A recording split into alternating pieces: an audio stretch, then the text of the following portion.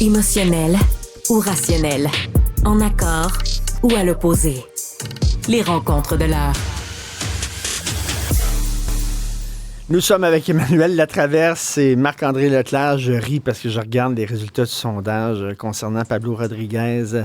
Marc-André, s'il y avait des élections aujourd'hui, avec Pablo Rodriguez à la tête du PLQ, ben, ciboire, les libéraux gagneraient. Qu'est-ce que t'en penses? Oui, ils seront de retour. Les deux mains sur le volant.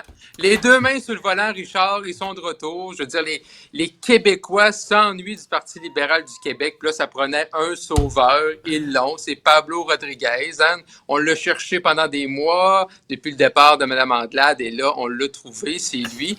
Et je pense que les libéraux, ce matin, blague à part, je pense qu'ils sont quand même heureux, contents de voir que pour la première fois, dans un sondage léger, ils reviennent là, quand même, 20% quand même chez les francophones. Il reste encore beaucoup de millage à faire là, quand même pour Pablo Rodriguez de remporter la course à la chefferie de 1 en juin. Ça, je pense que ce ne sera pas si facile que ça. Puis après ça, la campagne électorale. Mais clairement, il y a une ouverture chez les Québécois, Richard, de dire qu'on est capable. Pas si facile de ça de gagner la chefferie avec les résultats du sondage d'aujourd'hui. Ils vont lui donner sur un plateau d'argent, Emmanuel? Pas sûr, moi. Je pense qu'il faut voir que dans ce sondage-là, les libéraux sont quand même à 20% chez les francophones. Hein? 20% chez les francophones, tu ne gagnes pas les élections au Québec. Donc, pour reprendre une allégorie de hockey, le PLQ est dans le mix maintenant, mais il n'a pas gagné la Coupe Stanley, si on veut. Puis, il y a un autre facteur, c'est que ça, il est à 30%, mais chez les électeurs libéraux. Ce pas les électeurs libéraux qui vont choisir le prochain chef. Ce sont les membres du PLQ. Ouais. Puis ça, ben, Marc-André peut tout te faire un cours là-dessus, là, tu sais. Celui qui gagne, c'est celui qui gagne les plus de cartes de membres. Puis aller dans des assemblées de l'UPA pour dire que tu vas protéger la gestion de l'offre, ça, c'est vendeur. Marc-André a inventé la recette pour son ancien patron.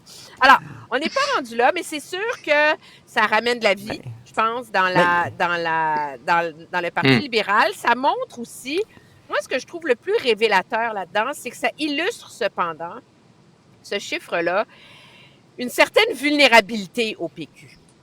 Puis là, tu vas me dire, ben voyons, le monde du PQ ne vote pas pour le PLQ. Ben, c'est un peu ça qui est surprenant dans les chiffres que nous dévoile le sondage de ce matin, c'est que on sait déjà là, qu'il y a 24% des électeurs du PQ en ce moment qui ne sont pas souverainistes, OK? Tu vas me dire, il y en a 35% à la CAQ qui ne sont pas souverainistes non plus. C'est pas grave. C'est des gens qui sont allés parquer leur vote là et qui sont à la recherche d'autres choses. Ils ne veulent pas la CAQ, puis ils veulent d'autres choses. Alors ça, si le PLQ est capable de l'articuler, c'est là que le PLQ est capable peut-être d'aller faire des gains. Mais Marc-André, qu'est-ce qu'il a dit puis qu'est-ce qu'il a fait qui mérite ces scores-là, Pablo Rodriguez? Rien du tout. C'est là. Non, c'est ça qui est beau. Mais c'est là également, Richard, le défi pour M. Rodriguez, parce que là, il n'a rien dit. Là. On ne connaît pas ses positions. On sait ce qu'il a fait avec Justin Trudeau, on sait qu'il a endetté le pays, tout ça. Mais à part ça, on ne le sait pas. Fait que là, tu sais, les gens, là, OK, ils ont une bonne impression de lui. Ils trouvent que c'est une vedette qui s'en vient sur la scène québécoise. Mais là, le problème, c'est que des fois, t'es mieux de ne pas être connu. T'sais, les gens, quand ils ne te connaissent pas, ils peuvent t'aimer. Mais là, à un moment donné, M. Rodriguez va faire des annonces. Puis il va annoncer son plan. Puis il va nous dire, ça, je suis pour, ça, je suis contre, ça, j'aime pas ça. Et c'est là que des fois, certains électeurs peuvent décrocher puis dire, ah, mais là, finalement, c'est pas ce que je pensais. Là. Fait que là, les gens, ils ont une conception de lui. Un Québécois sur deux le connaissent. Ça, c'est pas trop bon pour son ego. Mais même plus loin que ça, Richard, c'est que même si tu mets Denis Coderre, les libéraux gagnent 4-5 points. Là. Fait que dès que tu changes Marc Tanguay puis t'en mets un autre, c'est positif pour eux. Là. Mais ça veut dire, Emmanuel, que PSPP, il faut qu'il fasse attention. Là, hein? Il ne faut pas qu'il prenne la victoire pour acquise. Là.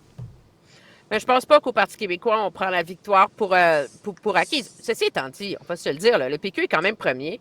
Ils ont quand même gagné 3 points en un mois. Fait qu'ils sont quand même très contents, puis c'est quand même des bonnes nouvelles pour le PQ. Mais je pense que ça illustre une réalité que tous les gens qui suivent de manière très pointue la politique, c'est pas nouveau qu'on sait que l'appui au PQ a une certaine vulnérabilité. Moi, là où c'est peut-être un sondage de début décembre que j'ai hâte de voir. Je vais te dire pourquoi.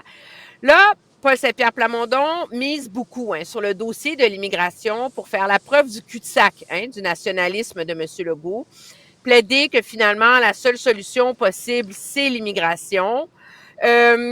Jusqu'ici, en un sondage, ça a-tu porté fruit? C'est pas clair si c'est dû à ça ou dû à la rentrée désastreuse de M. Legault en général jusqu'ici. Mais là, d'ici quelques semaines, nous dit-on, au Parti québécois, on va déposer le fameux plan pour réduire drastiquement le nombre d'immigrants qui rentrent au Québec.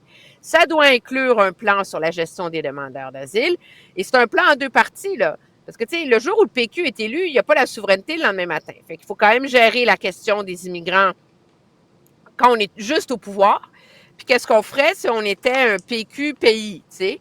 Et là, ça, il y a un gros test de crédibilité pour M. Saint-Pierre Plamondon là-dedans. Puis on va voir si ce test-là finit par faire bouger un peu l'aiguille de la souveraineté, là, tu sais. Parce que c'est ça aussi, là, dans ce sondage-là.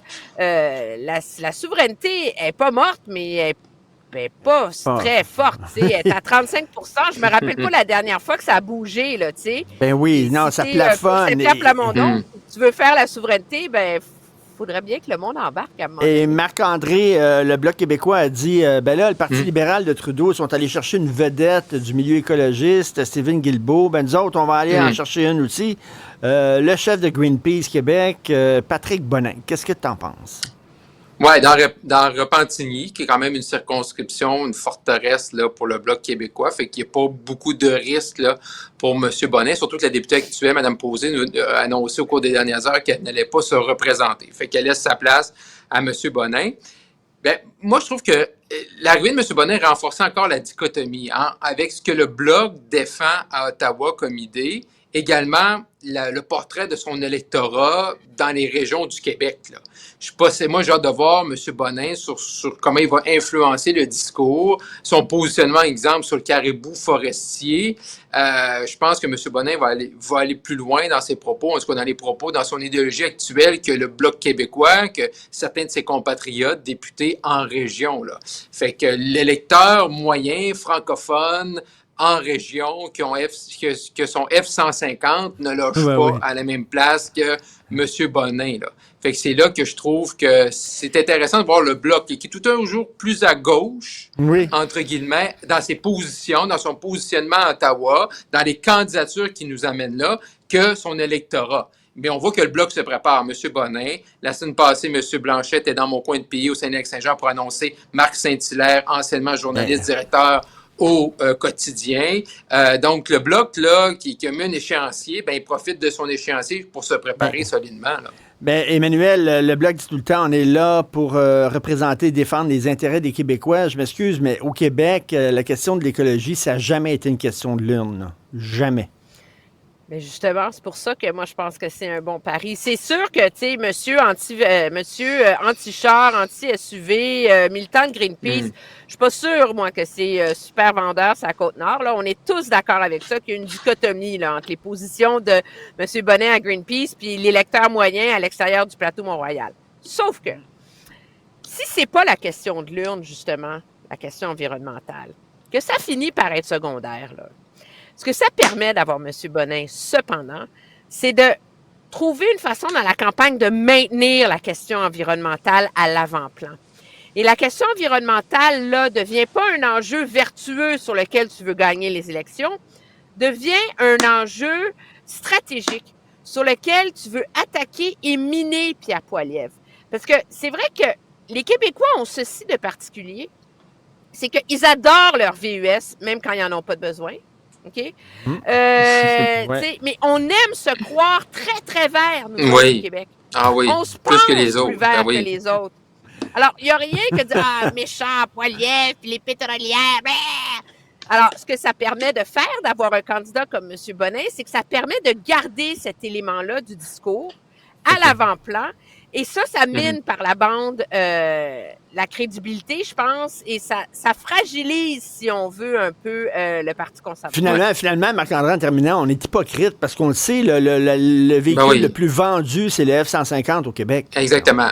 Oui, au Québec, c'est ça. Là. Puis on est chanceux au Québec parce qu'on est de l'hydroélectricité. Là. Fait qu'on peut se dire plus vert que les autres, mais c'est la ressource qu'on a. Je veux dire, si tu inversais les rôles, puis si l'Alberta avait l'hydroélectricité, puis nous du pétrole, ben on pourrait pas avoir le même discours. Mais moi, je suis tout à fait d'accord avec toi, Emmanuel, sur notre hypocrisie par rapport à ça présentement, qu'on aime ça dire qu'on est plus vert que les autres, mais en réalité, c'est juste qu'on est chanceux de pouvoir miser sur une ressource comme l'hydroélectricité, là. Emmanuel, t'es dans ton auto, c'est-tu une F-150 qui se conduit?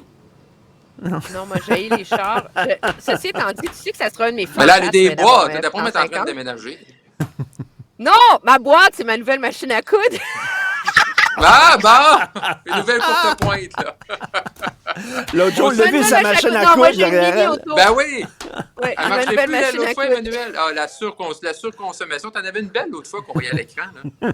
Non, mais elle est trop petite pour faire des courtes pointes. C'est mon cadeau d'anniversaire. Merci beaucoup à vous deux. Bon. C'est le temps le fun de vous parler. Salut.